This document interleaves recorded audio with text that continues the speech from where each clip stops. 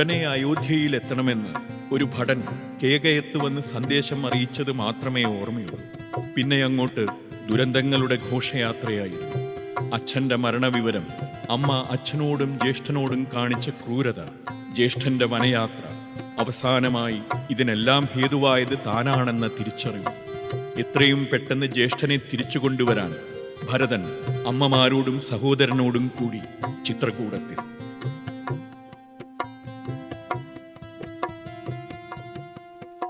ശത്രുഘ്ന, അമ്മമാരെയും കൂട്ടി വേഗം വരൂ.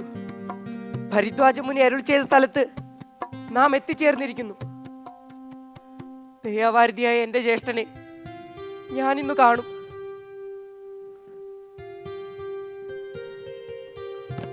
ജ്യേഷ്ഠ, പ്രജകളുടെ കൺകണ്ടതയുമായി രാജസദസ്സിൽ രാജസിംഹാസനത്തിൽ ഇരിക്കേണ്ട അങ്ങ് ഇവിടെ ഇവിടെ വസിക്കുന്നു. പട്ടുവസ്ത്രങ്ങൾ അണിഞ്ഞ് പരിലസിക്കേണ്ട അങ്ങ് ധർമാചരണ നിഷ്ഠയ്ക്ക് മരവുരി ഉടുത്തിരിക്കുന്നു. സർവസുഖങ്ങൾക്കും അർഹനായ ശ്രീരാമദേവൻ ഇത്രമാത്രം കഷ്ടപ്പാടുകൾ അനുഭവിക്കുന്നത് ഈ മഹാപാപിയായ ഞാൻ കാരണമാണല്ലോ. എന്റെ ഈ ജീവിതം ലോകം നിന്ദ്യമായി തീർന്നുവല്ലോ ജ്യേഷ്ഠ. ഭരത,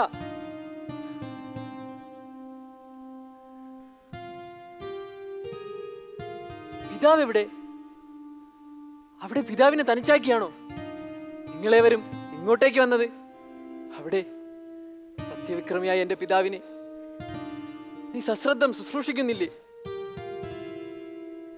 അദ്ദേഹത്തിന് സൗഖ്യം തന്നെയല്ലേ? ഞാൻ കേകയത്തിൽ അമ്മാവനുമൊത്ത് വസിക്കുമ്പോൾ അങ്ങീ ദണ്ഡകാരുണ്യത്തിലേക്കും പോന്നപ്പോൾ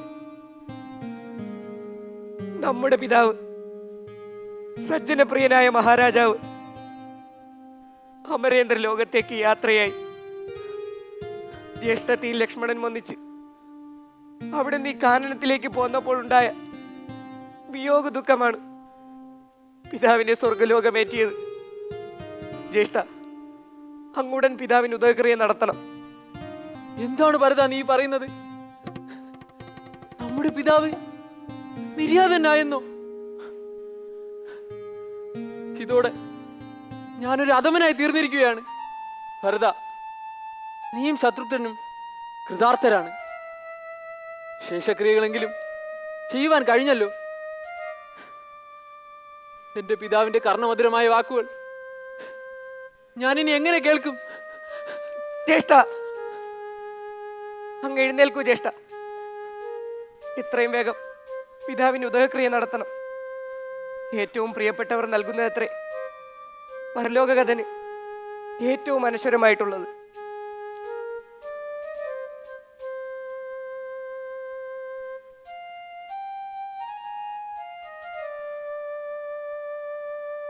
അങ്ങയുടെ ഈ തൃക്കൈകൾ കൊണ്ട് കൊടുക്കുന്നതെന്തും അമൃത് തന്നെ, സംശയമില്ല.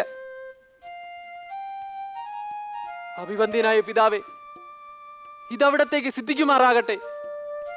മഹാപ്രഭു, പിതൃലോകത്ത് വസിക്കുന്ന അങ്ങേക്ക് ഞാൻ നൽകുന്ന നിർമ്മല ജലം എന്നെന്നും നിലനിൽക്കും.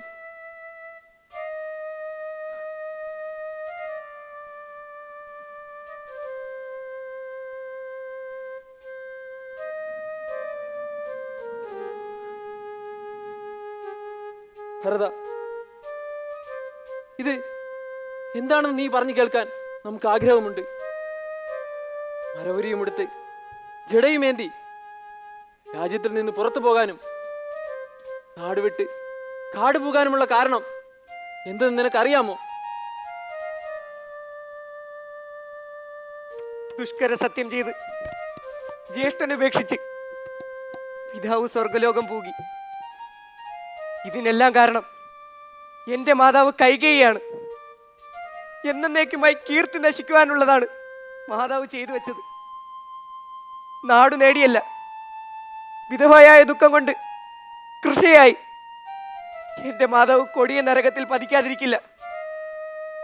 പ്രഭു, അവിടുന്ന് ദാസനായ അടിയന് ദയവുള്ളവനാകണേ.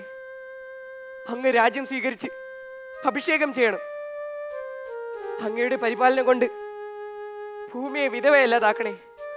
പിതാവിന്റെ ശാശ്വതമായ സ്വത്തുക്കളെല്ലാം ഞാൻ അങ്ങയുടെ കാൽക്കൽ സമർപ്പിക്കുന്നു. ധാർമ്മികമായ എന്റെ അഭ്യർത്ഥന അങ്ങ് തള്ളിക്കളയരുതേ. അനുജ, കുലീനനും തേജസ്വിയുമായ നീ തുച്ഛമായ രാജ്യത്തിനു വേണ്ടി പാപകർമ്മം ചെയ്യുന്നത് ശരിയാണോ? നിന്നിൽ നാം യാതൊരു ദോഷവും കാണുന്നില്ല. അറിവില്ലായ്മ കൊണ്ട് നീ മാതാവിനെ നിന്ദിക്കരുത്. ലോകം മുഴുവൻ മാനിക്കുന്ന പിതാവിനെ ആദരിക്കുന്നത് പോലെ തന്നെ നീ മാതാവിനെ ബഹുമാനിക്കണം. അങ്ങനെ പറയരുത് ജ്യേഷ്ഠ. എന്റെ മാതാവ് വളരെ സാമർഥ്യത്തോടു കൂടി എനിക്ക് ഈ നാട് നേടിത്തന്നു. ഞാനത് അവിടുത്തെ തൃപ്പാദങ്ങളിൽ സമർപ്പിക്കുന്നു. നിഷ്കണ്ടകമായ അയോധ്യ രാജ്യത്തെ അങ്ങ് പരിപാലിക്കണം. വർഷാധിക്യത്താൽ പൊട്ടിയ ചിറ പോലെ ഒരാൾക്കും തടഞ്ഞുറത്താനാകാത്ത ഈ രാജ്യം അങ്ങേക്ക് മാത്രമേ നിയന്ത്രിക്കാൻ സാധിക്കൂ. ഭരത, മനുഷ്യജീവിതം പരതന്ത്രമാണ്. അത് ഇഷ്ടം പോലെ ചെയ്യുവാൻ സാധിക്കില്ല. ഈശ്വരൻ ഇച്ഛ പോലെ അങ്ങോട്ടും ഇങ്ങോട്ടും വലിക്കും. വിയോഗം വരെയാണ് കൂടിച്ചേർച്ച, വിനാശം വരെയാണ് നേട്ടം, മരണം വരെയാണ് ജീവിതം. കഴിഞ്ഞുപോയ ഒരു രാത്രിയും നമുക്ക് വീണ്ടും അനുഭവിക്കാൻ സാധിക്കില്ല. കഴിഞ്ഞുപോയതിനെ തിരിച്ചു പിടിക്കുന്നത് വെറുതെയാണ്. ഭരത, ദൈവതുല്യനായ പിതാവ് സജ്ജനപൂജിതനാണ്. അദ്ദേഹത്തിന്റെ വാക്കുകൾ എന്നെന്നും സത്യമായി നിലനിൽക്കണം. അതുകൊണ്ട് ഭരത, നീ അയോധ്യയിലേക്ക് പോണം. പിതാവ് പറഞ്ഞതുപോലെ നീ രാജ്യം പരിപാലിക്കണം. പിതൃശാസനം അനുസരിക്കുന്നത് എന്റെയും നിന്റെയും കടമയാണ്.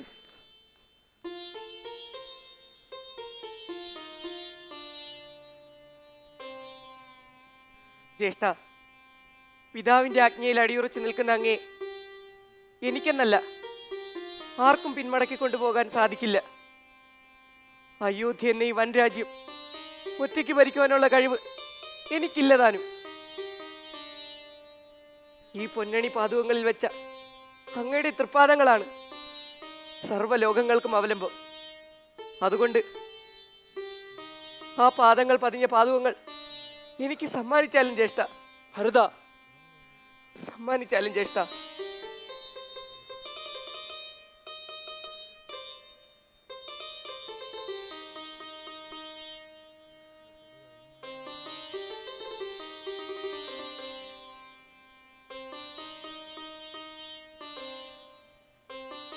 പ്രഭു,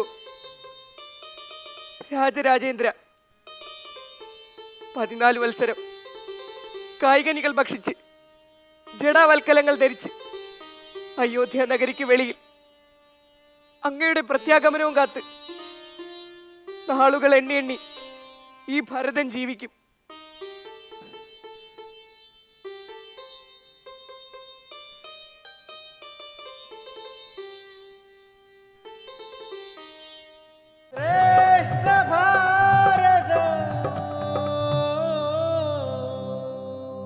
ആദ്യത്തെ വിഷയം ഞാൻ കൊടുക്കുന്നത് CNN ഗേൾസ് ഹൈസ്കൂൾ ചേർപ്പിനാണ് ഞാൻ കൊടുക്കുന്നത്. വിഷയം ഇതാണ്: മഹാഭാരത യുദ്ധത്തിന് കാരണം സത്യവതിയോ ദ്രൗപതിയോ എന്ന ചോദ്യത്തിന് സത്യവതിയാണെന്ന് CNN ഗേൾസ് ഹൈസ്കൂളും അമൃത വിദ്യാലയം പത്തനംതിട്ട പറയുന്നത്. അല്ല, അത് ദ്രൗപതിയാണെന്നാണ് പറയുന്നത്. അപ്പോൾ കാരണം ഏത് സ്ത്രീയാണ് എന്നുള്ള ആ ഒരു ചോദ്യം, സത്യവതി ദ്രൗപതി എന്ന ആ രീതിയിൽ നമുക്ക് സംവാദം ആരംഭിക്കാം. നിങ്ങളുടെ സമയം ഇവിടെ ആരംഭിക്കുന്നു. മഹാഭാരത യുദ്ധത്തിന് കാരണം തീർച്ചയായും സത്യവതി തന്നെയാണ്. അല്ല എന്ന് എനിക്ക് തീർച്ചയായിട്ടും ഖണ്ഡിക്കാൻ കഴിയും.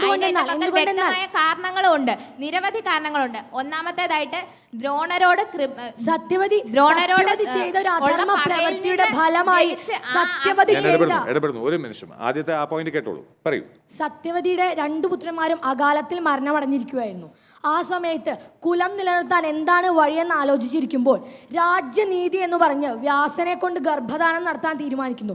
പക്ഷേ ഒരു ക്ഷത്രിയ മാതാവായിരുന്നിട്ടും പുത്രവധുക്കളെ അറിയിക്കേണ്ട കാര്യം വേണ്ടതുപോലെ സത്യവതി അറിയിച്ചില്ല. അതായത് വരാൻ പോകുന്ന ഒരു മലിന ദേഹത്തോട് കൂടിയവനായിരിക്കും.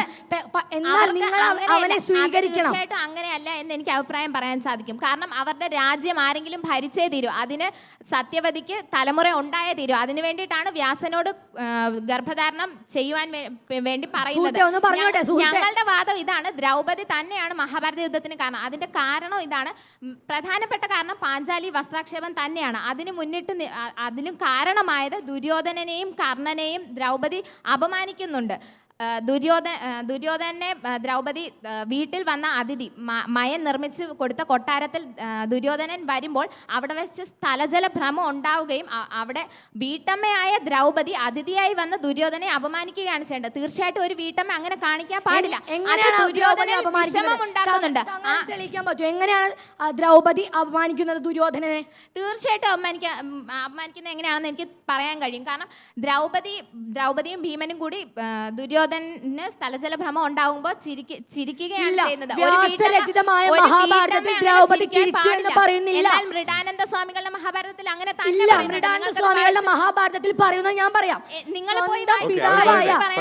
പിതാവിന്റെ അടുത്തുനിന്ന് ചൂത് കളിക്കാനുള്ള അനുവാദം വാങ്ങാൻ വേണ്ടി മാത്രമാണ് ദുര്യോധനൻ ആ പേര് വലിച്ചയച്ചു കൊണ്ടുവരുന്നത്. ഒരു മിനിറ്റ് താങ്കൾ ക്ഷമിക്കണം. ശകുനിയോട് പോലും ചിരിച്ചു എന്ന് ദുര്യോധനൻ പറയുന്നില്ല. സ്വന്തം അത്യാർത്ഥി കാരണമാണ് അവിടെ സ്ഥലജലഭ്രമം ഉണ്ടായിരുന്നത്.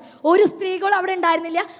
വ്യാസ മഹാഭാരതത്തിൽ അങ്ങനെ പറയുന്നില്ല. തീർച്ചയായിട്ടും അത് പുനഃപരിശോധിക്കാം. എനിക്കത് വ്യക്തമായി പറയാൻ സാധിക്കും. മാത്രമല്ല കർണനെയും ദ്രൗപദി നല്ല രീതിയിൽ തന്നെ അപമാനിച്ചിട്ടുണ്ട്. സ്വന്തം സ്വയംവരത്തിന് എല്ലാവരുടെയും മുന്നിൽ വെച്ച് തന്നെ കർണനെ ദ്രൗപദി അപമാനിച്ചു. സൂതപുത്രൻ എന്ന് വിളിച്ച് അത് കർണനിൽ വലിയ വേദനയാണ് ഉണ്ടാക്കിയത്. ആ വേദനയിൽ നിന്നും ദുര്യോധനും കർണനും ഉണ്ടായ വേദനകളിൽ നിന്ന് അവിടെ യുദ്ധമാണ് ഉണ്ടായത്. അവർക്ക് ഒരു തിരിച്ചടിക്കാൻ ഒരു അവസരം കിട്ടിയപ്പോൾ പാഞ്ചാലി വസ്ത്രാക്ഷേപത്തിലൂടെ അവരത് തിരിച്ചടിക്കുകയും ചെയ്തു. പാഞ്ചാലി വസ്ത്രാക്ഷേപ സമയത്ത് പാഞ്ചാലിയെ മുടിയിൽ പിടിച്ച് വലിച്ചുകൊണ്ട് ദുശാസനോട് വരാൻ പറയുന്നത് കർണനാണ്.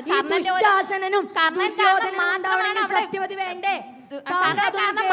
അവിടെ കൊണ്ടിരുന്നത്. സത്യവതി ഒരു അധർമ്മ പ്രവൃത്തി ചെയ്തു. എന്തെന്നാൽ ഈ ഗർഭധാനത്തിന് വരാൻ പോകുന്നത് ഒരു മലിന ദേഹത്തോട് കൂടിയനായിരുന്നു. പക്ഷെ സത്യവതി അത് പറഞ്ഞില്ല. അതുപോലെ വ്യാസൻ കൊട്ടാരത്തിൽ എത്തിയപ്പോഴേ അറിയിക്കുന്നുണ്ട്, 1 വർഷത്തെ വ്രതം അനുഷ്ഠിച്ചെങ്കിൽ മാത്രമേ സന്താനങ്ങളെ ലഭിക്കുകയുള്ളൂ എന്ന്. അന്ന് 1 വർഷം കാത്തിരുന്നെങ്കിൽ ഇങ്ങനത്തെ പുത്രന്മാരും അവരുടെ യാതൊരു പങ്കുമില്ല. വ്യാസൻ തെറ്റിയതിൽ സത്യവതിക്ക് യാതൊരു പങ്കുമില്ല. പകരം വഹിക്കുന്നുണ്ട്. ദ്രൗപദിയുടെ മനസ്സിലാണ് ആദ്യം മഹാഭാരത യുദ്ധം ആരംഭിക്കുന്നത്. ദ്രൗപദിയാണ് അത് തീരുമാനിക്കുന്നത്. ദ്രൗപദിയാണ് ആദ്യം യുദ്ധം പ്രഖ്യാപിക്കുന്നത്. ദ്രൗപദി ആദ്യം യുദ്ധം പ്രഖ്യാപിച്ചു കഴിഞ്ഞു കൗരവ സഭയിൽ വെച്ച്. തന്റെ ദുശാസനാൽ തന്റെ അഴിഞ്ഞു വീണ മുടി ഭീമൻ ദുശാസന്റെ മാറിടം പിളർന്ന് രക്തമെടുത്ത് മാത്രമേ കെട്ടിവെക്കുകയുള്ളൂ. ആ ശപഥം നടപ്പാകണമെങ്കിൽ ആ മഹാഭാരത യുദ്ധം അവിടെ അനിവാര്യമായി. സത്യവതി വേണ്ടേ? ധൃതരാഷ്ട്രർ പറയുന്നുണ്ട് പാഞ്ചാലി വസ്ത്രാക്ഷേപത്തിന് ശേഷം എന്തെന്നാൽ സ്വന്തം രാജ്യം എല്ലാം തിരിച്ചു കൊടുക്കുന്നുണ്ട്. ഉത്തമനായ മനുഷ്യർ ഒരിക്കലും മനസ്സിൽ വൈരാഗ്യം കൊണ്ട് നടക്കരുത്. അതുകൊണ്ട് നിങ്ങൾ ഈ പ്രതിജ്ഞ ലംഘിക്കണമെന്ന് പറയാതെ പറയാണ് ധൃതരാഷ്ട്രർ. അടുത്ത ടീമിന് കൊടുക്കാം, നിങ്ങൾക്ക് തിരിച്ചു പറയാം. ആരെയെല്ലാം എങ്ങനെയെല്ലാം കൊല്ലണമെന്ന് ദ്രൗപദി ആ സഭയിൽ വെച്ച് അന്ന് പറഞ്ഞു. ഭീമനാൽ ദുര്യോധനന്റെ തുടയിൽ പൊട്ടിക്കുമെന്നും അതേപോലെ ദുശാസനന്റെ മാറിടം കീറി ആ ചോര കൊണ്ട് മുടിക്കെട്ട് കെട്ടിത്തരണമെന്നും പറയുന്നു. ഇങ്ങനെ ആരെയെല്ലാം കൊല്ലണമെന്ന് പറയുന്നത് ഈ യുദ്ധത്തിന്റെ ഈ യുദ്ധം എങ്ങനെ നടത്തണമെന്ന് പറയുകയാണ് അവിടെ. ഈ യുദ്ധം എങ്ങനെ നടത്തണമെന്ന് അവിടെ പറയുന്നത്. ദുശാസനന്റെ ചോര കുടിച്ചു. ശരിക്കും ദുശാസനന്റെ ചോര കുടിച്ചിട്ടില്ല. ദുശാസനെ കൊന്ന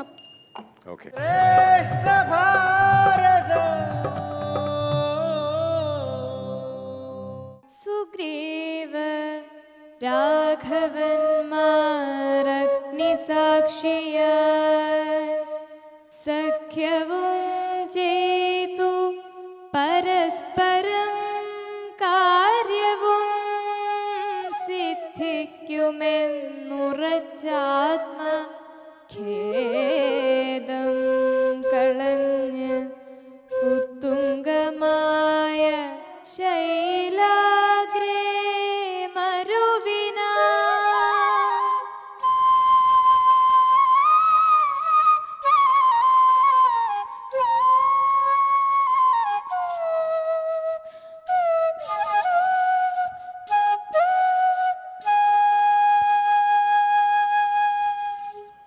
സുഗ്രീവ മഹാരാജാവ് വിജയിച്ചാലും ഇത് ശ്രീരാമൻ, അയോധ്യാധിപതി ദശരഥന്റെ സീമന്തപുത്രൻ.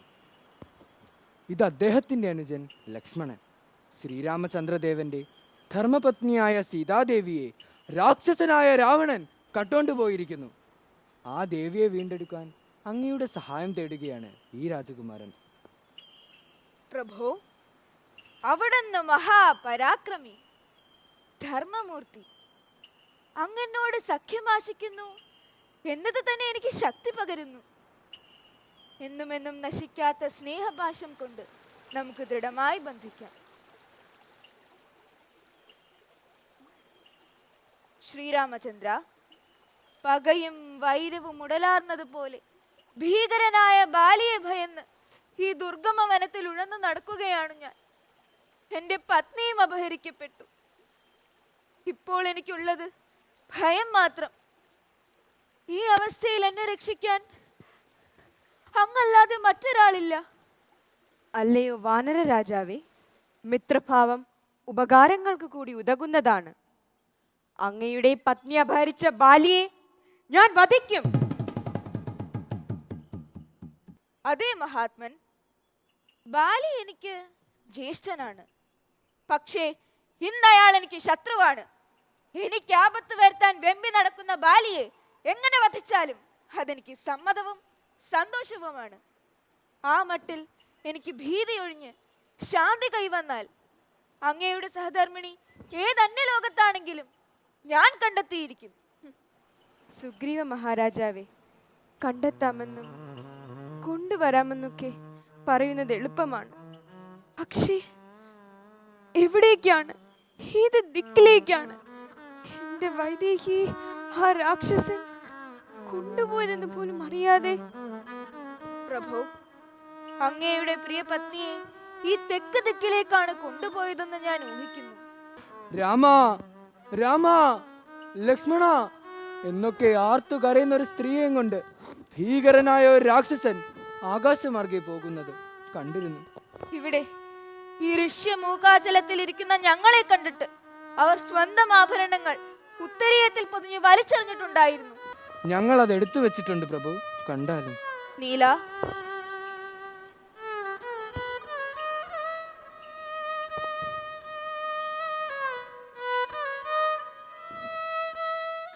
ലക്ഷ്മണ, കണ്ണീര് കൊണ്ട് കണ്ണു കാണാനാകുന്നില്ല. നീ നോക്ക്, ഇതിന്റെ വൈദേഹിയുടെ ആഭരണങ്ങൾ തന്നെയാണോ എന്ന്. ഇതിൽ വളകളും കർണാഭരണങ്ങളും കാൽച്ചിലമ്പുകളുമുണ്ട്. ഈ വളകൾ ഞാൻ കണ്ടിട്ടില്ല.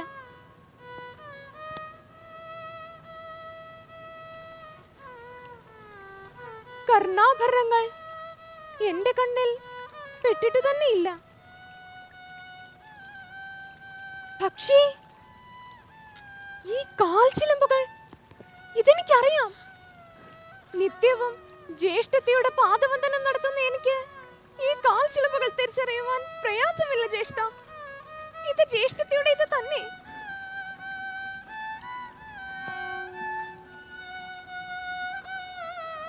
സീതേ, ഞാനിതെങ്ങനെ സഹിക്കും? അല്ലയോ വാനരാധീശ്വര, ആ രാക്ഷസന്റെ ആസ്ഥാനം എവിടാണെന്ന് പറയൂ.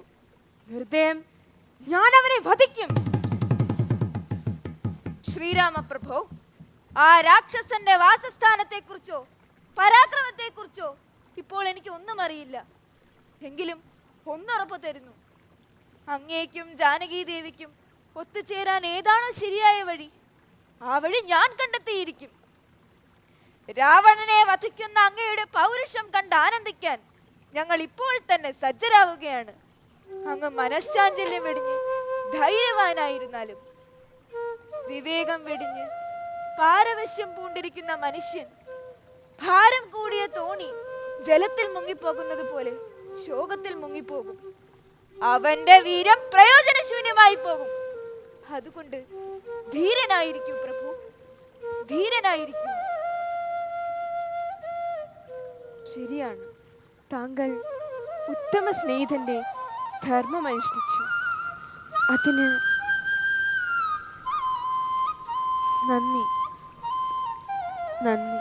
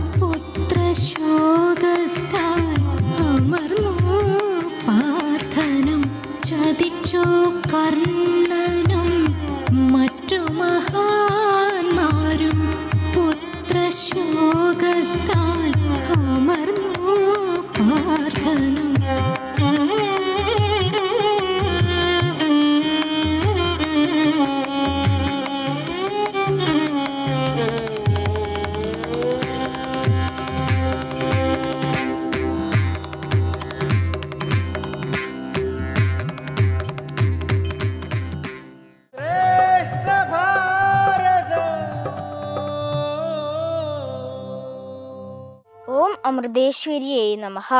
ഓം.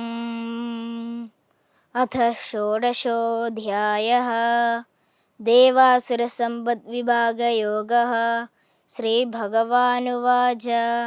അഭയം സത്വസംശുദ്ധിർ ജ്ഞാനയോഗവ്യവസ്ഥിതിഃ ദാനം ദമശ്ച യജ്ഞശ്ച സ്വാധ്യായസ്തപ ആർജവം. ദൈവീ ഗുണങ്ങളെക്കുറിച്ചാണ് ഇവിടെ പറയുന്നത്.